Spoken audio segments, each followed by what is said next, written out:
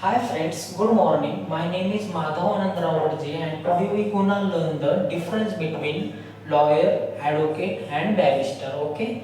Then let's start. तर मित्रांनो, आज आपण पाहणार आहोत नेमकं लॉयर कोणाला म्हणावं, ॲडव्होकेट कोणाला म्हणावं आणि बॅरिस्टर कोणाला म्हणावं. तर खूप लोक कन्फ्यूज असतात की लॉयर कोणाला म्हणतात, ॲडव्होकेट कोणाला म्हणतात आणि बॅरिस्टर कोणाला म्हणतात.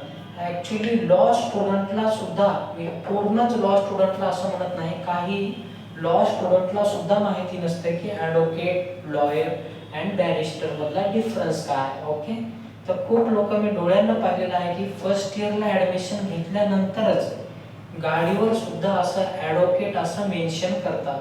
अहो हे तर सोडाच, काही लोक तर डायरेक्ट गाडीवर सिम्बॉल सुद्धा टाकतात. ओके, तर हे सर्रासपणे चुकीचं आहे. तर मित्रांनो, आज आपण सरळ व सोप्या भाषेत लॉयर, ॲडव्होकेट आणि बॅरिस्टर मध्ये काय फरक आहे नेमका हे आपण पाहणार आहोत. Okay, let start. तर firstly lawyer. Lawyer is a person and who has completed his degree from the India in any college but who not practice in the court is called as lawyer.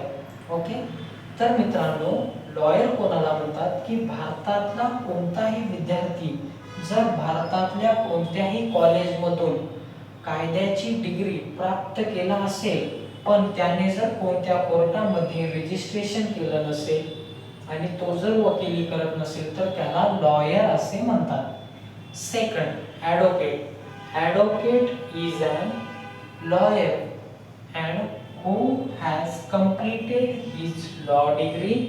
First thing.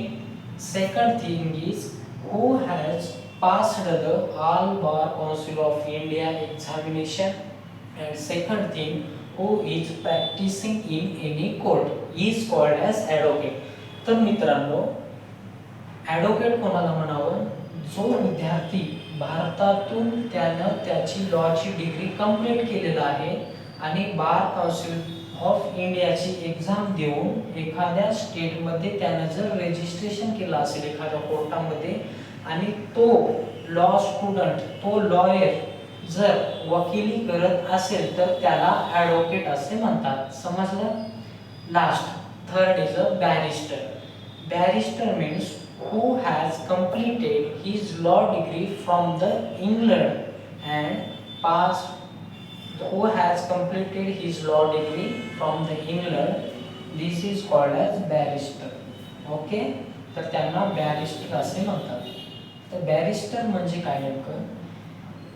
एखादा जर भारतातला विद्यार्थी इंग्लंडच्या युनिव्हर्सिटीमधून जर त्याने लॉची degree प्राप्त केली आणि तो जर भारतात वकिली करत असेल तर त्याला बॅरिस्टर असे म्हणतात. For example, doctor B.R. Ambedkar, Mahatma Gandhi, Pandit Jawaharlal Nehru हे जे आहेत त्यांना बॅरिस्टर असे म्हणलं जातं. त्यांनी त्यांची जी डिग्री आहे लॉची त्यांनी इंग्लंडमधून प्राप्त केली होती म्हणून त्यांना बॅरिस्टर असे म्हणतात. समजलं असेल? काही डाऊट असेल तर मला कमेंटमध्ये विचारा आणि आपल्या चॅनलला सर्वांनी लाईक, फॉलो आणि कमेंट करा. Okay, thank you.